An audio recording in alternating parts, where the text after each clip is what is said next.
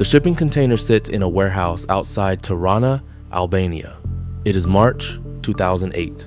Inside are 400,000 rounds of ammunition, rusted, corroding, manufactured in China sometime during the 1960s. Some of these cartridges have not been touched since the Vietnam War. Some have not been touched since Mao was alive. In 72 hours, these bullets will be repacked, the Chinese markings will be scraped off, new labels will be applied, and then these rounds will be loaded onto planes bound for Kabul, Afghanistan, purchased with American taxpayer money, destined for the hands of Afghan soldiers fighting alongside US forces. The man who arranged this shipment is 22 years old. He operates out of a small office in Miami Beach. His company has 9 employees, and he has just won a contract from the United States Department of Defense worth $298 million. His name is Ephraim Diveroli, and the United States government will pay him in full. How does a 22-year-old with no military experience, no security clearance, and no factory win one of the largest arms contracts of the Afghanistan war? How does corroded Chinese ammunition, banned by US law from being supplied to American allies, end up in the rifles of Afghan soldiers? And how does a procurement system designed with audits, inspections, and oversight fail so completely that no one notices until a journalist starts asking questions? This is not a story about crime.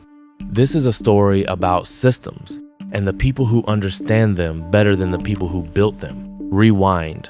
Miami Beach, 2005. Ephraim Diveroli is 19 years old. He has dropped out of high school. He has no college degree. But he has something else, a family business. His uncle, Bar Kokoba Botaj, runs one of the largest firearms distributors in Los Angeles. Ephraim has grown up around guns, around surplus, around the strange economy of military equipment that moves through gray markets, government auctions, and foreign depots. At 19, Ephraim incorporates a company. He calls it AEY Incorporated. The name means nothing. It is 3 letters chosen because they are easy to remember. He files the paperwork in Florida. The registered address is his apartment. And then he does something that changes everything. He goes online. The United States government, in its effort to modernize procurement, has created a website called FedBizOps Federal Business Opportunities. It is a database of every contract the government is seeking bids on. Road construction, cafeteria services, office supplies, and weapons. Anyone can access it. Anyone can bid. Ephraim Diveroli reads every listing. He studies the requirements. He learns the language of government contracting, the clauses, the certifications, the insurance requirements, the delivery timelines. He learns what matters and what does not. And he notices something. The government does not care where you get the product. They care that you deliver the product on time, at the price you quoted, with the correct paperwork. The paperwork is everything. The paperwork is the product. His first contracts are small. Helmets, holsters, surplus gear.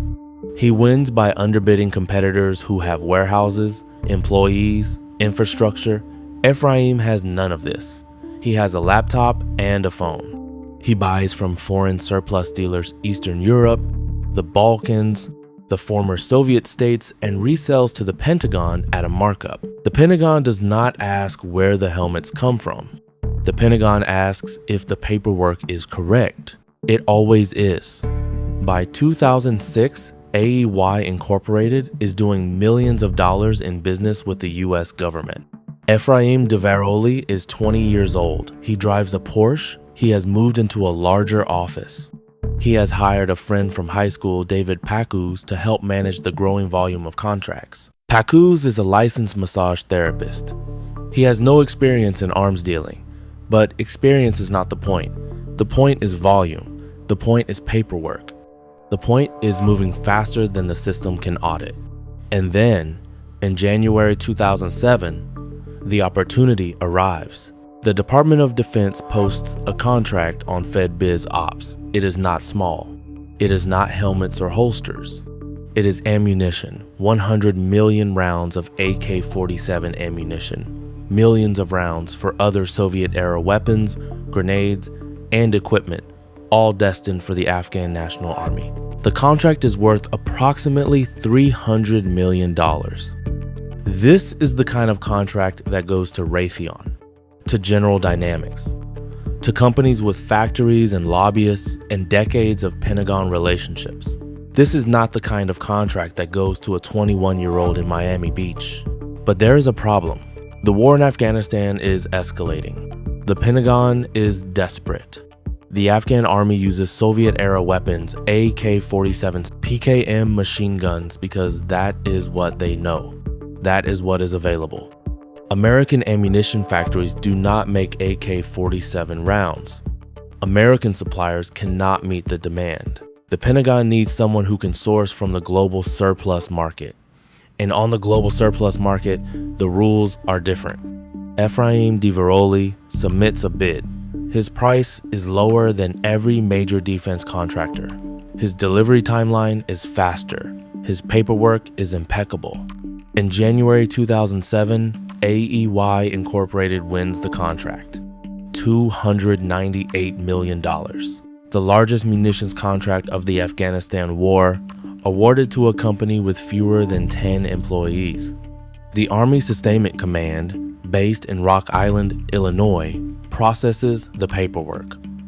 They check the certifications. They verify the insurance. They confirm the delivery schedule. No one asks how a 21-year-old plans to source 100 million rounds of ammunition. No one asks because the system does not require them to ask. The system requires compliance. And Ephraim Diveroli is compliant. Now the work begins. Sourcing 100 million rounds of AK-47 ammunition is not something you do through normal channels. The global surplus market is a network of brokers, dealers, and governments, some legitimate, some less so. Ephraim and David begin making calls. They find a source in Albania. The Albanian government is sitting on massive stockpiles of Cold War ammunition, millions of rounds stored in bunkers since the 1960s, when Albania was aligned with China. The Albanian government wants to sell. They want hard currency. They do not ask too many questions. There is one problem. Chinese ammunition is banned. In 2006, Congress passed legislation prohibiting the use of US funds to purchase Chinese-made military equipment. The ban was clear. It was explicit. It was designed to prevent American money from flowing to Chinese defense manufacturers. The Albanian ammunition is Chinese. The head stamps, the markings on the base of each cartridge say so clearly. The manufacturing dates are from the 1960s and 70s. The ammunition is not just Chinese. It is old. Corroded, degraded. Ephraim Diveroli knows this. David Pacus knows this. The Albanian suppliers know this. They ship it anyway. In a warehouse outside Tirana, workers are hired to repack the ammunition. The original Chinese packaging wooden crates with Mandarin characters is removed. The rounds are placed in new cardboard boxes. The cardboard boxes are labeled in English. This is not sophisticated fraud. This is labor. This is moving things from one container to another. This is peeling off labels and applying new ones.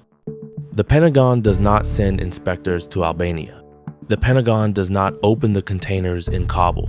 The Pentagon checks the paperwork. The paperwork says the ammunition meets specifications. The paperwork says the delivery was on time. The paperwork is correct. Between 2007 and 2008, AEY ships tens of millions of rounds of Chinese ammunition to Afghanistan. Afghan soldiers load it into their rifles. Some of it fires. Some of it does not. Some of it jams. Some of it misfires. The soldiers do not complain. They are not in a position to complain. They are fighting a war with whatever they are given. The United States government pays AEY on time, in full, per the terms of the contract. Ephraim Diveroli is 22 years old. He is worth tens of millions of dollars. He has beaten the system. He has understood what the system actually rewards. Not quality, not performance, not reliability, but compliance, paperwork, and price. In Washington, no one notices. In Rock Island, Illinois, the procurement officers file their reports. Everything is in order. Every box is checked. And then, in March 2008, a reporter starts asking questions. His name is C.J. Chivers. He works for the New York Times. He has spent years covering the wars in Iraq and Afghanistan. He knows weapons, he knows ammunition, he knows what corroded Chinese surplus looks like. Someone tips him off. Maybe it is a soldier who noticed the head stamps. Maybe it is a competitor who lost the contract. Maybe it is someone inside the Albanian government who is nervous about the paper trail. Chivers flies to Albania. He finds the warehouse. He photographs the crates. He reads the Chinese markings. He traces the shipping manifests. He interviews the workers who repacked the ammunition. He has everything. On March 27, 2008, the New York Times publishes the story on the front page. The headline reads, "Supplier under scrutiny on arms for Afghans." The story details everything: the Chinese ammunition, the Albanian warehouses, the repackaging, the banned imports, the corroded rounds. It names Ephraim Diveroli. It names AEY Incorporated. It names the contract. Washington reacts. Not because the ammunition was dangerous, though it was. Not because the contract was fraudulent, though it was. Washington reacts because the story is embarrassing. A 22-year-old has beaten the Pentagon. A 22-year-old has exposed the procurement system as a rubber stamp operation. A 22-year-old has made the most powerful military in history look foolish. That is unforgivable. Within days, the Department of Defense suspends AEY from all government contracts. The Army Criminal Investigation Command opens an investigation. The FBI begins interviewing witnesses. Ephraim Diveroli hires lawyers. David Pacus hires lawyers. They know what is coming. But what is interesting is what does not happen. The Albanian officials who facilitated the sale are not charged. The Pentagon officers who approved the contract are not disciplined. The system that allowed a banned product to reach a war zone is not reformed. The only people who face consequences are the people who exploited the system. The system itself is protected. In 2009, Ephraim Diveroli and David Pacus are indicted on fraud charges. The indictment lists multiple counts: conspiracy to defraud the United States, making false statements, violating the Arms Export Control Act. The trial is in Miami. It is not dramatic. It is procedural. The evidence is overwhelming: emails, shipping manifests, bank records, or photographs. Ephraim and David both plead guilty. Ephraim Diveroli is sentenced to 4 years in federal prison. He serves most of his sentence at a minimum security facility in Alabama. David Pacus receives 7 months of home confinement. The Pentagon continues awarding contracts worth billions of dollars to companies with compliance departments and lobbying budgets and glossy brochures. The war in Afghanistan continues. The Afghan National Army continues receiving equipment. Some of it works, some of it does not. The system does not change because the system is not designed to produce results. The system is designed to produce accountability, or the appearance of it. If the paperwork is correct, the system has succeeded. If the paperwork is correct, no one is responsible. Ephraim Diveroli understood this. He understood that the largest military procurement system in the world does not measure outcomes. It measures inputs, it measures compliance. It measures whether the right signatures appear on the right lines. He is released from prison in 2014. He is 28 years old, he has served his time, he has paid his fines, he is a convicted felon, barred from government contracting for life. But the story does not end. It never does. In 2015, a book is published. It is called Arms and the Dudes. It tells the whole story: the contracts, the ammunition, the fraud, the trial. In 2016, a film is released. It stars Jonah Hill as Ephraim Diveroli. It is called War Dogs. It grosses over $150 million worldwide. Ephraim Diveroli does not profit from the film. He claims the portrayal is inaccurate. He sues. The lawsuit goes nowhere. He is, by all accounts, still in Miami, still in the surplus business, still watching FedBiz ops, still understanding systems. The Pentagon continues awarding contracts. The wars continue. The paperwork continues. And somewhere, in some warehouse, in some country whose name most Americans cannot pronounce, there is ammunition waiting to be shipped. It may be old, it may be corroded, it may be banned, but the paperwork will be correct. The paperwork is always correct. What did this story teach us? Not that fraud exists. Everyone knows fraud exists. Not that the government wastes money. Everyone knows the government wastes money. It taught us something simpler, something more uncomfortable. The system worked. The system functioned exactly as designed. It processed paperwork. It issued payments. It checked boxes. It maintained the appearance of oversight while eliminating the burden of judgment. Ephraim Diveroli did not break the system. He revealed it. He showed that a procurement apparatus worth hundreds of billions of dollars per year does not ask whether the ammunition will fire. It asks whether the forms are filled out. He showed that compliance is not the same as competence, that audits measure process, not performance, that bureaucracies protect themselves before they protect their mission. He was 22 years old. He had no connections. He had no clearance. He had no factory, no lobbyists, no history. He had a laptop and an internet connection, and the ability to read what the system actually required, not what it claimed to require.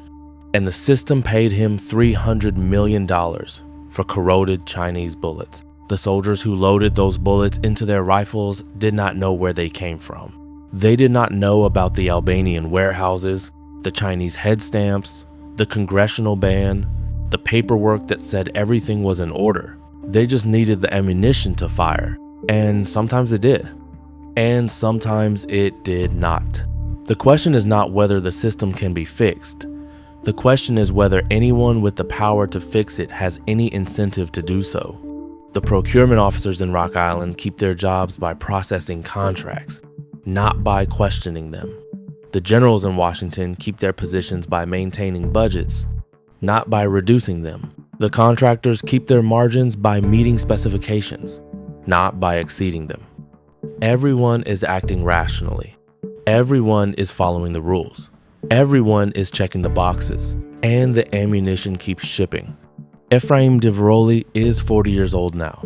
He is a footnote in the history of the Afghanistan war, a war that ended in 2021, after 20 years, after $2 trillion, after 2,400 American deaths, and tens of thousands of Afghan deaths. The equipment that was left behind in Kabul, the helicopters, the Humvees, the rifles, the ammunition now belongs to the Taliban. Some of it works, some of it does not.